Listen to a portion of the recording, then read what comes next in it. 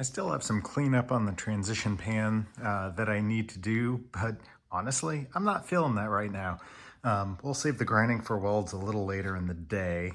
What I'm going to do right now is start looking at the floor pan and where it meets up with the transition pan, and then up towards the front, the firewall and the transmission cross member. So if you recall, this floor pan, when it was shipped, there are some spots, like you can see this is not symmetric. There's some bends, nothing too critical. Then if we look down the side, it's got a little kink there and a few different places that need a little bit of working. So I'm gonna do a little hammer and dolly and a little bending, probably with a 2x4 and a little bit of body weight, just to make sure that we're nice and straight and everything's ready to go in.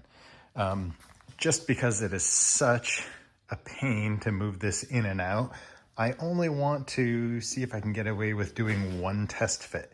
So once I get it bent into shape, I'll try to fit it back up, and then I'll go underneath and mark all the mounting points and then take it back out for the last time and prep everything, get it ready to drop in, and then I'll work on cleaning up all the landing surfaces and getting that with weld through primer and everything prepped.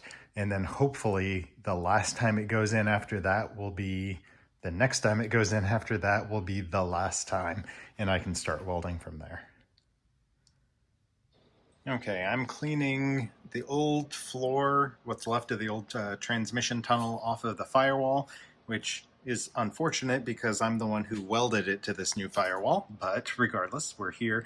I used the side of an old cutoff disc that was a smaller diameter at this point to grind away as much as I could around the weld, and just pried it off and then cleaned off the whatever remained. So it's nice and flat now. The reason I did that is I wanted to prevent as much damage as possible from the firewall. If I were replacing this, if I had done this when I replaced the firewall and I weren't worried about warping this metal, I honestly would have just cut it all out, but or I could have drilled through.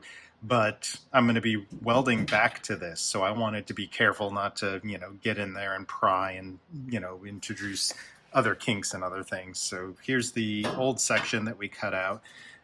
It's interesting to note on this transmission cross member, before I decided to do the full floor pan, I was going to keep this here, and you can see the spots that I cleaned up. See if I can get you the reflection there. But in between, I mean, there's surface rust here, but not bad. But like all the dirt and grime that's just built up over time there, I'm guessing it was gapped away from the floor so slightly, and just enough for junk to get in there. So yeah, I guess in hindsight, it's kind of good. And actually, if you look on the rear, you can see where I'm guessing it was touching, because it's nice and clear, and then it immediately goes to surface rust. So you can kind of see where it had gaps here, and then again here at the radius, where I imagine just backsplash and road grime over the years built up. So at any rate, I'm going to clean this all up. But first, before I do that, I've still got my ratchet strap and a bunch of tools. I'm going to clean out and see if I can get that. Well, it's not the first test fit because I test fitted it before. See if I can maneuver the new pan in place and go underneath and mark all of the outlines where I'm going to need to prep for welding and everything else. Okay, there is the first test fit of the floor since I got the transition pan in. There's a few things let me point out. I think in these corners here, it's basically going to be, these are going to bend getting them in there. I don't know if you saw, it's always fun wrestling it. But from the split I showed last video, this flange will tuck in between the wheel well in the transition floor just like that, which is excellent. So when I weld that, that'll strengthen all these together. And then back up against here, that's going to go down there to weld in. On both sides, however, there is a gap there. We will see how I handle that. If I wind up filling it, or make a metal panel to fill it in, or just kind of hold it together and then seam seal. We'll see what I wind up with when it's all said and done. Yeah, up against here, just kind of at first blush, this should work out well. That gap, that's gonna press down okay. There's a little bit of a gap in between the rocker and the floor, and I'm gonna work that a little bit. It starts off small and gets a little bigger as we go forward. Let's see if I can show you. Yeah, we're coming up to almost 3/8 of an inch or so. However, I don't know if you saw before, this pan, the transition mound tunnel, that's the word I wanted. The transition tunnel isn't, I can fit my fingers fully underneath there. So it's not spread out all the way. And once I get it, let's see if I can put some weight on it. Once I push down and get it secure, it's going to spread out further. And already, just with me putting a little weight on there, that closed that gap up to 1/8 of an inch. And there's still lots more to go. So, when I secure it down and I start clamping things down seriously to get it all fit up, I'm confident that that's going to close up nicely. Alignment holes, let me see if I can show you. For the floor supports there, these are supposed to go directly underneath. Now, I know when I did the floor supports, I think I put them a little too far forward, so I'm not that worried about this. It's unfortunate, but I'm not going to take them off. I'm not going to redo it. It's something I'm going to have to live with, and I think it will be just fine. And I also have markings on the rocker about where the floor is. Floor front hole, and then riser hole. So what I'll do is I'll get a square and just make sure that this lines up where it should. I'm more worried about this lining up than this lining up. So the next thing I'm going to do, I'm pretty happy with how things are looking so far, and all of that's going to close up fairly nicely once I press it down. So I'm going to probably clamp in just a couple of spaces and go underneath the car and mark out in silver Sharpie all of the landing spots all the way around.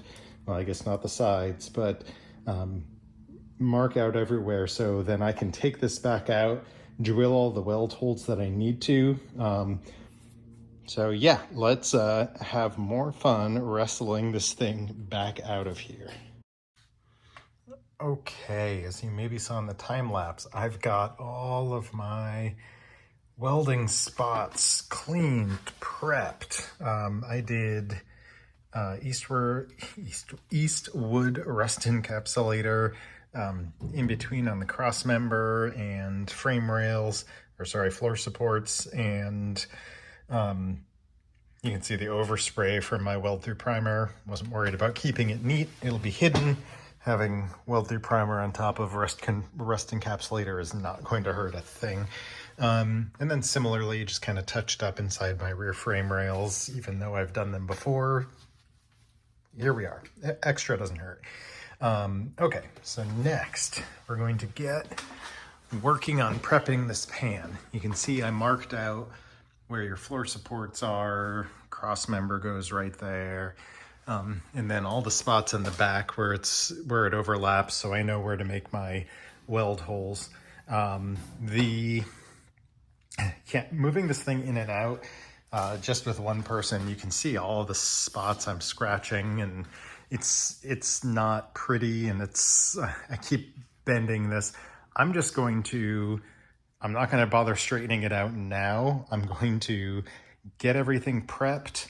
There are a couple of brackets that I need to add to this from the old floor, but once I have everything prepped and ready to go in and all my spot weld holes drilled, and I get it set in place, then I will straighten everything out. Moving it in and out, I am just more likely to damage everything and bending it back and forth repeatedly. So I'm going to leave it be, prep it, get it in place, and then worry about getting everything secure and bent properly, because it's just going to get bent again, as I've learned moving it back in. So yeah, try not to worry too much about that.